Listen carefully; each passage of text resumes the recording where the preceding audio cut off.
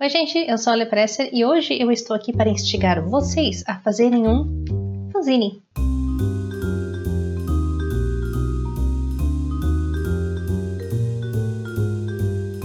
Deixa eu começar explicando então o que é fanzine, né? Fanzine, ele é, vamos dizer assim, só uma versão com menos pressão de uma revista publicada independentemente. O fanzine ele também é uma publicação independente, só que ele é uma publicação independente mais simples, mais barata, com uma tiragem bem menor. Basicamente, ela é bem mais descompromissada do que uma revista independente, tipo essas todas que eu venho conversando sempre com vocês aqui nos vídeos do canal. O que eu quero dizer com descompromissada? As edições independentes de quadrinhos que tem capa colorida, que tem abinhas, esse tipo de preocupação de editoração gráfica toda, elas normalmente precisam ser impressas em gráficas offset.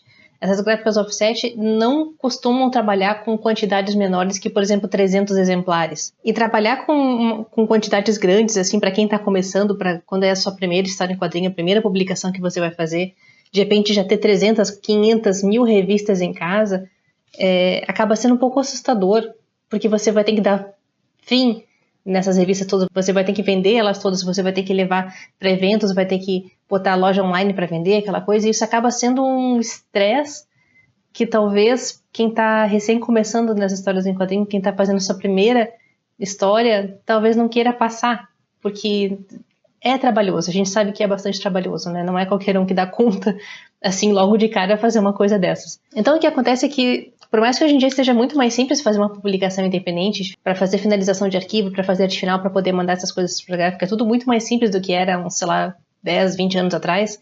Há 10, 20 anos atrás, a galera já fazia histórias em quadrinhos. E daí, para fazer as publicações independentes, a gente trabalhava sempre com o formato de fanzine. O fanzine é, então, na verdade, uma publicação independente que a gente faz baseada em tiragens pequenas. Eu não vou saber dizer para vocês qual é a diferença técnica, acadêmica de uma publicação independente de quadrinhos ou de um fanzine, ou quando que o fanzine deixa de ser fanzine e passa a ser publicação independente, mas no geral, eu acho que a principal diferença mesmo é a tiragem, né?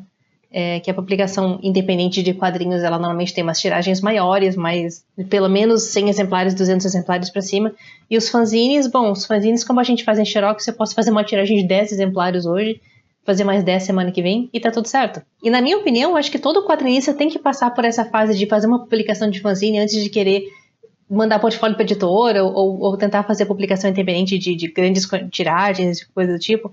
E eu vou dizer por que eu acho isso. Como eu falei antes, a principal razão é que, como tem uma tiragem menor, como você pode fazer poucos exemplares, você pode vender para pessoas mais próximas, para amigos, ou até distribuir, não precisa necessariamente vender, porque, enfim, a tiragem acaba ficando bem barata, porque, né, xerox, 20 centavos. Você acaba tirando esse peso de ter que fazer divulgação, de ter que fazer release, de ter que participar de evento, aquela coisa toda, mas ainda assim você publicou, de certa forma, você imprimiu, colocou no papel, as pessoas leram e você vai ter um retorno de alguns leitores. Outra coisa boa é que o investimento de fazer uma publicação de fanzine é muito baixo. Para fazer, por exemplo, uma tiragem de 50 revistas, você vai gastar, sei lá, os R$100, depende da quantidade de folhas que você tem no seu fanzine, sabe? Outra coisa que é legal de trabalhar com fanzine antes de passar por uma edição mais bonitinha, mais bem acabada dessa história em quadrinho, é que se você não manja muito de editoração gráfica, por exemplo, não manja muito de trabalhar com InDesign ou com fechamento de arquivo, aquela coisa toda,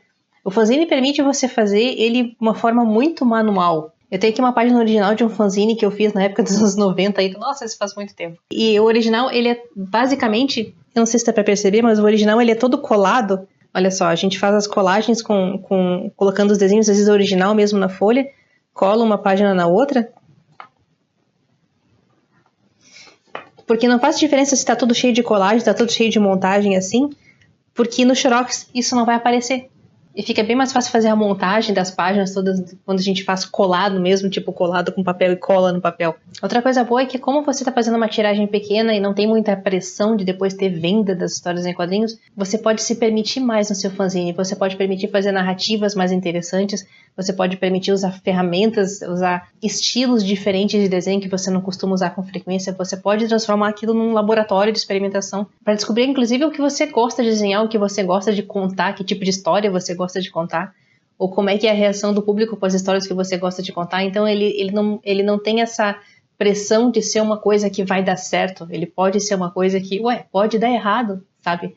é uma teste, é uma tentativa, é uma fase pela qual é legal passar. E como com fanzines normalmente a gente trabalha com tiragens pequenas, o legal disso tudo é que, por exemplo, você faz uma tiragem de 10 exemplares do seu fanzine, daí você descobre lá pelas tantas que tinha um erro de digitação em alguma página, você vai lá, arruma aquele erro de digitação, imprime de novo, e a próxima tiragem já sai certa. Você não fica com 500 exemplares em casa com o erro, entendeu? E essa também é uma das coisas boas, né? Você faz uma tiragenzinha pequena, se vender tudo, massa, vai lá, faz mais uma tiragenzinha pequena, capaz de vender tudo de novo, faz mais uma tiragenzinha pequena.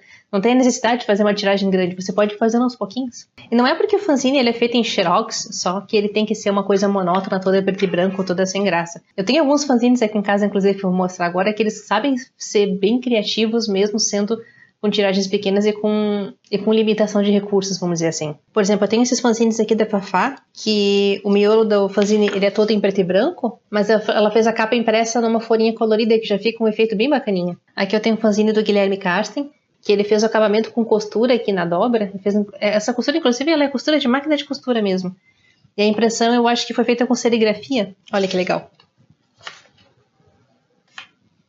Os fanzines que a Samantha Flor também faz, eles são todos em preto e branco, que é material de xerox mesmo, mas ela coloca no papel um pouquinho mais firme, acaba ficando com o acabamento mais parecido com revista, mas é fanzine ainda, né? Tem mais esses dois aqui com capa colorida, que também ficaram bem bonitinhos. Os fanzines da Fran Nerd, lá da Inglaterra, eu acho muita fofura o trabalho dela. Eu, inclusive, achei no meu armário 2 exemplares do meu fanzine que eu publiquei nos anos 90, se alguém quiser depois dar uma olhadinha, eu tenho disso ainda, tá? O que costuma se fazer hoje em dia, na verdade, quando a gente quer passar por essa fase de experimentação dos quadrinhos antes de publicar uma coisa mais elaborada, é passar pelos quadrinhos digitais. Mas o público leitor de quadrinhos ainda é um público meio difícil, não é todo mundo que tá aberto para ler quadrinhos digitais ainda. Tem muita gente que ainda não curte essa história de ler histórias em quadrinhos na tela, seja no computador, seja no iPad, seja no celular. Então, para esse público que gosta de papel, o fanzine acaba sendo uma saída bem interessante para poder ter acesso físico à sua história em quadrinho. Então, assim, o fanzine, ele não tem pressão, ele não tem regra. Você pode ser criativo na hora que você vai fazer as cópias do seu fanzine, você pode fazer experimentação na própria impressão do fanzine, por exemplo. Você pode pintar a capa do seu fanzine com canetinha, porque como são poucos exemplares, não tem problema você pintar só aquelas capas. Você pode fazer colagem, você pode usar papéis diferenciados dentro para dar uma impressão mais interessante. A quantidade de coisa que dá para fazer no fanzine porque só depende de até onde você quer chegar com a sua publicação. Eu vou deixar aqui na descrição do vídeo o link da Marca de Fantasia, que é uma editora da Paraíba que tem vários livros acadêmicos sobre quadrinhos. E eles têm uma série de livros sobre fanzine, para caso alguém queira estudar um pouquinho mais sobre o assunto de fanzines, que é bem legal. Tem livros do Henrique Magalhães, tem livros do Edgar Guimarães, que são alguns autores bem clássicos sobre quadrinhos aqui no Brasil, academicamente falando. Então, era isso, na verdade, que eu tinha para dizer para vocês. Eu realmente acho que se você gosta de fazer histórias em quadrinhos e se você quer trabalhar com histórias em quadrinhos, começar pelo fanzine, começar por uma publicação na base do xerox, para depois pular para publicações mais elaboradas, mais caras, com tiragens maiores, me parece uma ideia bem interessante, assim, como evolução, como estudo, como aprendizagem, enfim. Eu decidi falar sobre fanzines aqui nesse vídeo de hoje, porque eu estou lançando esse fanzine, que é A Vida Noturna de uma Felina de Apartamento, que eu basicamente conto a história do que acontece com a minha gata durante a noite, enquanto a gente está dormindo. É uma história bem curtinha, preto e branco, divertida, fofinha, quase toda muda, sem balões. E como eu não tinha muito compromisso com essa história, eu não queria fazer alguma coisa muito grandiosa com ela, eu achei que um fanzine ia ser uma boa saída. Eu vou estar com esse fanzine que eu fiz da minha gata na Comic Con, na CCXP, no caso.